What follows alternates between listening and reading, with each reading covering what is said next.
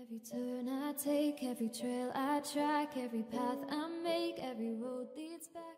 Salut tout le monde, aujourd'hui je vous retrouve pour une nouvelle vidéo book haul du mois de novembre. Alors ce mois-ci, je vais vous présenter donc tous mes achats et ça va être le dernier book haul avant la présentation de mes cadeaux de Noël. Il y a quelques achats que j'ai effectués en décembre, mais je vais les mettre en novembre, comme ça c'est fait, je n'aurai plus qu'à vous présenter mes cadeaux de Noël. Et peut-être, on sait jamais, d'autres achats, mais j'espère pas quand même. Je vais essayer de me réfréner, on va dire. Alors, il n'y en a pas beaucoup ce mois-ci, même s'il y a eu pas mal de sorties, je vous en parlerai après. Mais c'est vrai que j'ai pas eu trop l'occasion d'aller acheter des livres. Tout d'abord, j'ai acheté La Rose dans le bus jaune de Gênes et Baudet aux éditions Folio. Donc c'est encore un livre pour le concours dont je vous ai parlé, le concours lycéen. C'est un autre livre de cette gamme, ce sera mon 5e, donc je l'ai acheté parce que c'est celui qui me plaît le plus dans la suite de la sélection. Voilà, c'est l'histoire de Rosa Parks apparemment, ça va être... ouais, c'est je pense qu'il y en a eu pas mal de récits, mais c'est un récit parmi un témoignage, un truc comme ça, qui reprend un peu la vie de Rosa Parks, j'imagine, ou ce qui s'est passé en tout cas pour son cas. Donc voilà, pour celui-ci.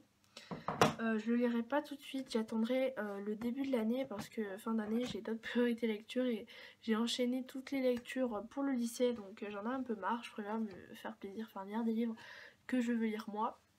Ensuite, j'ai enfin acheté Harry Potter et la pierre philosophale, ou And the Philosopher's Stone en anglais, et c'est l'équivalent de Harry Potter à l'école des sorciers, donc je sais pas pourquoi ils n'ont pas traduit comme ça littéralement. Donc c'est aux éditions Bloomsbury de toujours J.K. Rowling.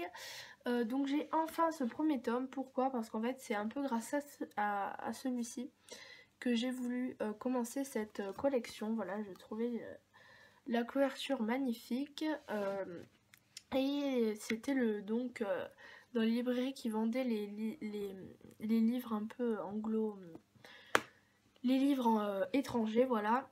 La suite y était, mais lui il était jamais, parce que j'imagine comme c'est le premier tome, c'était celui qui devait être le plus acheté. Et quand j'ai trouvé, je me suis un peu précipitée dessus. Donc il me reste plus que celui-ci, donc c'est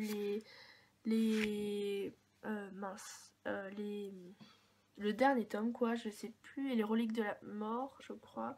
Oui c'est ça, pardon, Harry Potter et les reliques de la mort. Et j'aurai fini cette collection et j'aurai tous les tomes d'Harry Potter en anglais. Ensuite, on va passer à des trucs plus actuels, on va dire. Donc, c'est Contes des particuliers de Ransom Riggs aux éditions Bayard. Donc, il est juste magnifique. Donc, en fait, il s'agit d'un tome compagnon de la série Miss Peregrine et les enfants particuliers. Donc, un tome compagnon, c'est un espèce d'annexe ou un espèce... de hors-série qui a un rapport avec la série, donc avec l'univers.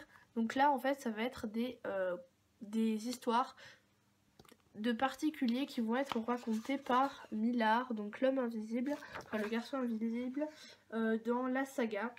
Et voilà, ça va un peu comme si vous connaissez les contes de Biddle le Bard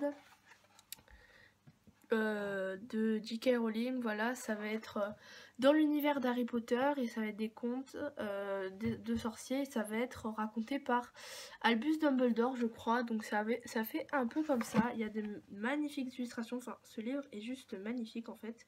Je suis en train de lire le tome 3 de la série, le dernier tome donc, et j'aime beaucoup ma lecture, donc j'ai hâte de lire celui-ci. Ensuite, j'ai acheté un livre que ça faisait très longtemps que j'attendais.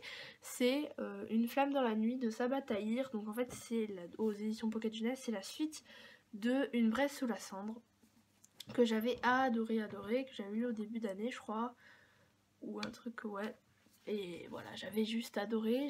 J'avais trop hâte de lire la suite. Donc j'espère que c'est la suite de ce qui s'est passé à la fin du premier tome et pas l'histoire racontée par un autre personnage, enfin la même histoire du tome 1 racontée par un autre personnage, parce que ça a l'air d'être un peu tourné comme ça. Donc j'espère pas, j'espère que ça va être juste la suite parce que j'ai tellement envie de savoir ce qui se passe ensuite. Et le tome 3, enfin je sais pas si c'est en combien de tomes est cette série, mais il m'a l'air pas près de sortir, malheureusement. Ensuite, ma sœur est allée aux États-Unis, elle m'a ramené 2-3 petits trucs. Donc tout d'abord, elle m'a ramené des Funko Pop.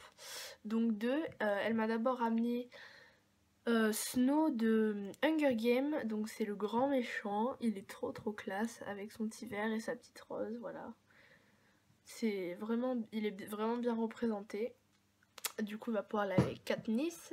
Et elle m'a aussi ramené, alors je ne sais pas son prénom, je vais vous le dire tout de suite.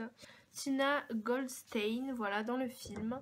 Donc c'est le personnage de Tina Goldstein. Donc si vous n'avez pas vu le film, c'est un peu l'un des personnages principaux des Animaux Fantastiques, pardon, je sais même pas si je l'ai dit, qui reste avec Newt Scamander, voilà. Dans la bande-annonce, je pense que vous l'avez reconnue. Elle est toute simple cette Funko Pop, mais je la trouve super jolie. Donc elle a un billet un peu à la mode des années 30, si je dis pas de bêtises. Ou 50, bon je ne sais pas. Non, des années 50 pardon plutôt je pense. Et elle est juste trop belle avec la baguette, voilà.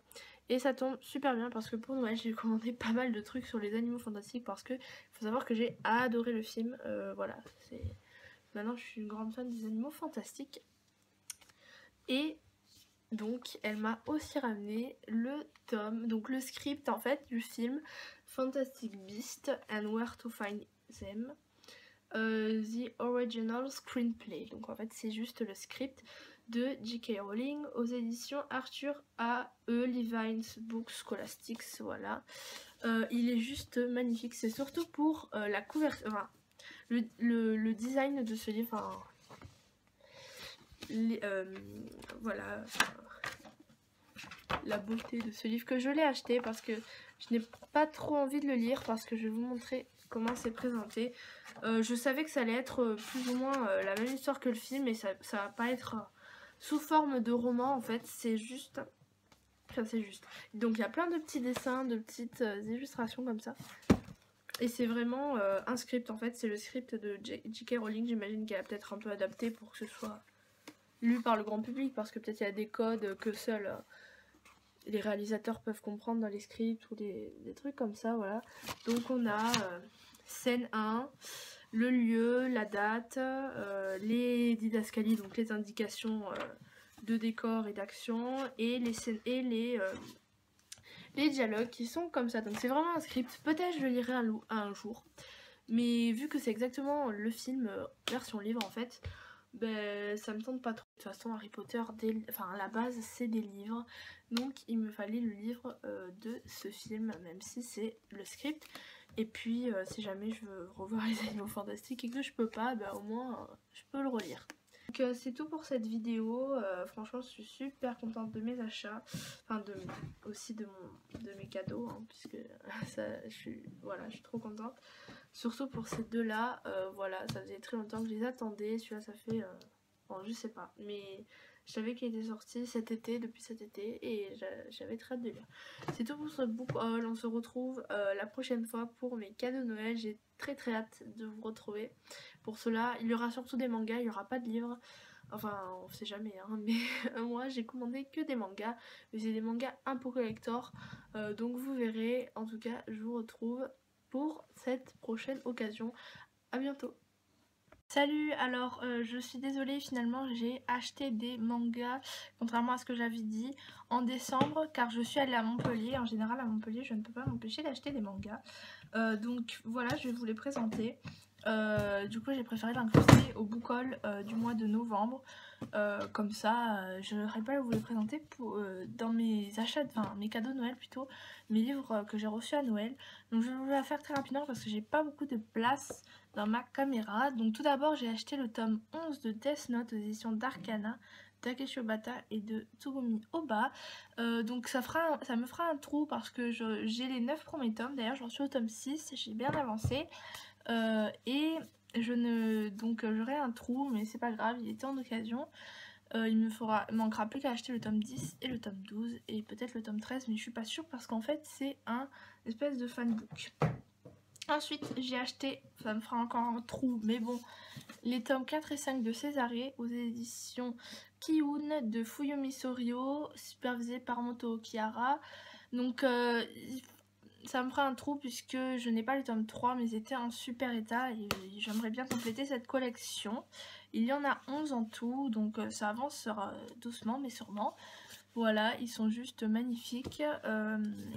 Ils sont en meilleur état que ceux que j'avais trouvés dans le magasin d'occasion de mon village, de là où j'habite. Il y a des pages couleurs pour les deux, contrairement à la dernière fois où il n'y en avait qu'un seul. Et je vais vous présenter ensuite justement des mangas d'occasion que j'ai achetés dans ce magasin d'occasion où j'avais acheté les premiers Césarées que je vous avais montré. Donc j'ai trouvé ceci, c'est une super occasion parce qu'il est sorti en juin ou en été, cet été. Donc c'est Rouge Eclipse de Shiki Kawabata aux éditions Akata. Donc j'avais très envie de le lire, il est qu'en 3 tomes. Il a l'air très intéressant, je vous en reparlerai quand je l'aurai lu. Et j'ai aussi acheté Les Enfants de la Baleine de Abi Umeda aux éditions Glénat. Là c'est pareil, j'ai pas les 3 premiers tomes, mais je voulais les lire depuis longtemps et ils étaient donc comme ça, il me restera plus qu'à acheter le début et j'aurai tout et je pourrai les lire. Voilà, donc pour ce book haul, je vous dis à bientôt pour une prochaine vidéo. Salut! Where the sky needs to see, it calls me.